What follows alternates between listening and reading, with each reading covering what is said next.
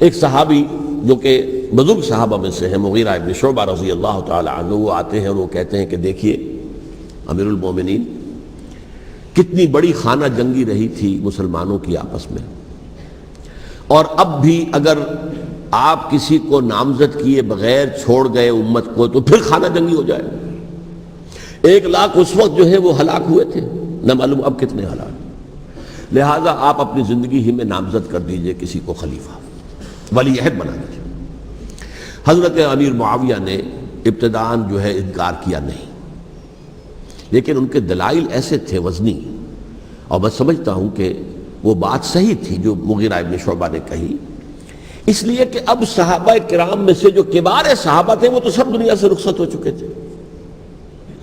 اب تو یا صغار صحابہ رہ گئے تھے جو حضور کے زمانے میں بچے تھے، حضرت حسن، حضرت حسین، عبداللہ ابن زبیر، یہ بچے ہی تھے نا، یا تو وہ تھے، اور یا بالکل نو مسلم تھے، اور نو مسلموں میں بڑی تعداد وہ تھی جو ایرانیوں کی تھی، شامیوں کی تھی، ادھر کی تھی، ادھر کی تھی، تو ان کو تو ظاہر بات ہے کہ تربیت نبوی سے کیا خلافت راشدہ سے بھی اکثر و بیشتر کو کوئی حصہ ملا ہی نہیں۔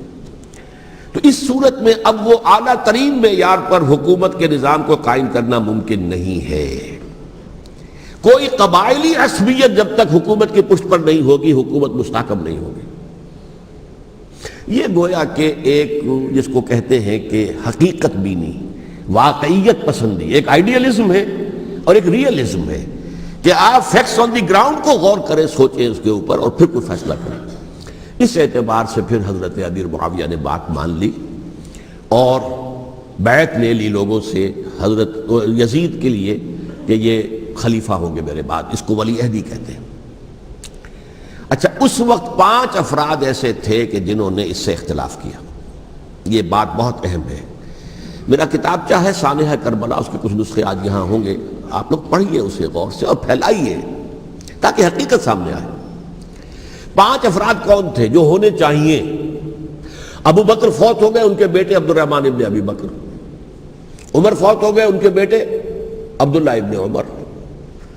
عباس فوت ہو گئے، ان کے بیٹے عبداللہ ابن عباس۔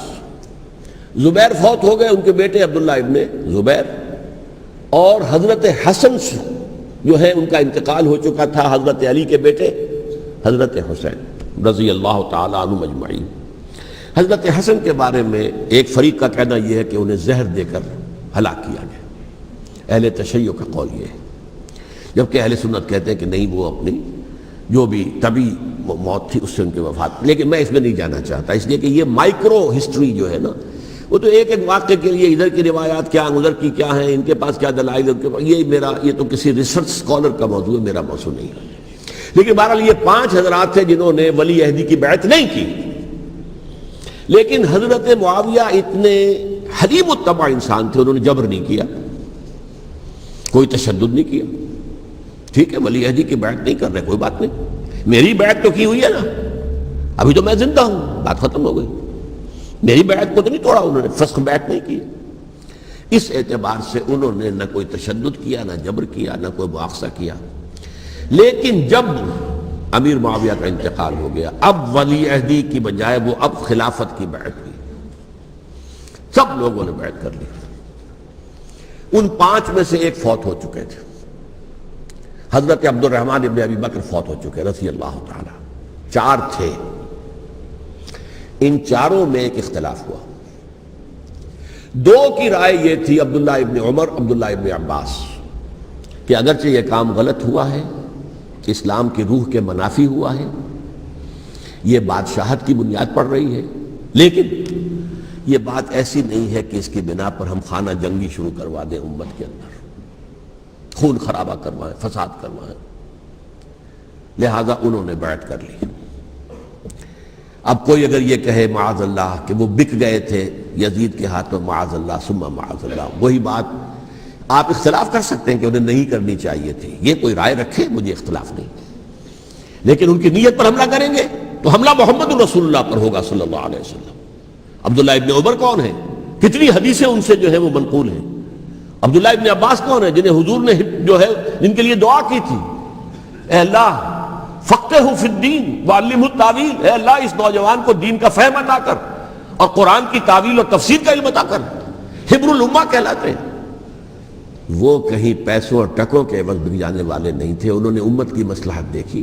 نیت جو ہے اس پر حملہ نہ کیجیے. البتہ اختلاف کا حق آپ کو حاصل ہے. دو حضرات جو ہیں ڈٹے رہے کہ نہیں, ہمیں کم وٹ میں ریزسٹ کرنا ہے. عبداللہ ابن زبیر عمر کے اعتبار سے وہ بڑے ہیں. مسلمانوں میں سب سے پہلے ولادت مدینے میں جا کر جو ہوئی ہے وہ عبداللہ ابن زبیر کی ہوئی ہے. ہجرت کر کے جب مہاجرین وہاں پہنچے, کچھ عرصے تک کسی کے ہاں کوئی اولاد نہیں ہوئی, تو لوگوں نے تانے دینے شروع کر دیے کہ معلوم ہوتا ہے کہ یہاں آ کر یہ مکے کے رہنے والے جو ہے کمزور ہو گئے ہیں, ان کے ہاں اولاد ہی نہیں ہو رہی. پھر عبداللہ ابن زبیر کی ولادت ہوئی ہے. یہ حضرت ابو بکر کے نواسے ہیں. حضور کی زوجہ محترمہ حضرت عائشہ کی بہن حضرت دیکھیے ابھی نام نکل گیا ہے جی, حضرت اسماء رضی اللہ تعالی عنہا عنہما, یہ ان کے صاحبزادے ہیں, حضرت زبیر کے بیٹے. ان کا فیصلہ ہوا کہ ہمیں ریزسٹ کرنا ہے کم وٹ میں, ایٹ اینی کاسٹ. حضرت حسین ابن علی رضی اللہ تعالی عنہما کا بھی فیصلہ ہوا کہ ہمیں ریزسٹ کرنا ہے کم وٹ میں. البتہ ان میں بھی ایک اختلاف ہو گیا, یعنی یہ دو تو جڑے رہے, ان دو میں اختلاف ہو گیا.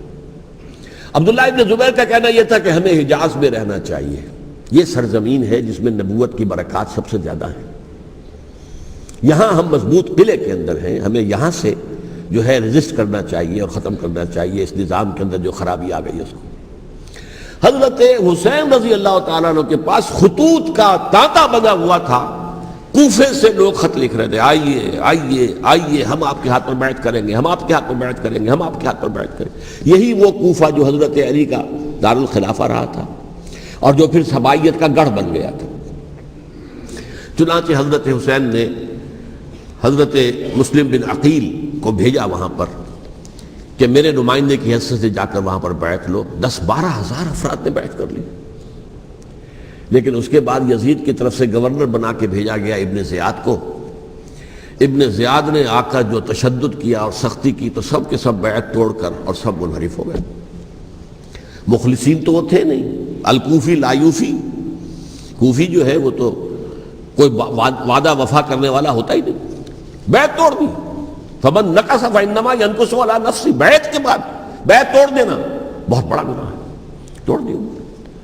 ادھر اطلاع مل گئی حضرت حسین کو, چل چکے تھے, وہ راستے میں تھے, کہ وہاں تو مسلم بن عقیل شہید ہو گئے اور سب لوگوں نے بیعت توڑ دی. اب واپس جانا چاہتے تھے لیکن مسلم بن عقیل کے بیٹے جو ہے اڑ گئے. یہ عرب کی اپنی ایک جو ہے پرانی ان کی حمیت اور ان کا قبائلی نظام کہ اب ہم اپنے والد کے خون کا قصاص لیے بغیر نہیں جائیں گے. حضرت حسین رضی اللہ تعالیٰ عنہ کی مروت اور شرافت, یہ میرا ساتھ دینے کے لیے آئے تھے, اب میں ان کا ساتھ نہ دوں تو یہ تو شرافت اور مروت کے خلاف ہے. کہا اچھا چلو چلتے.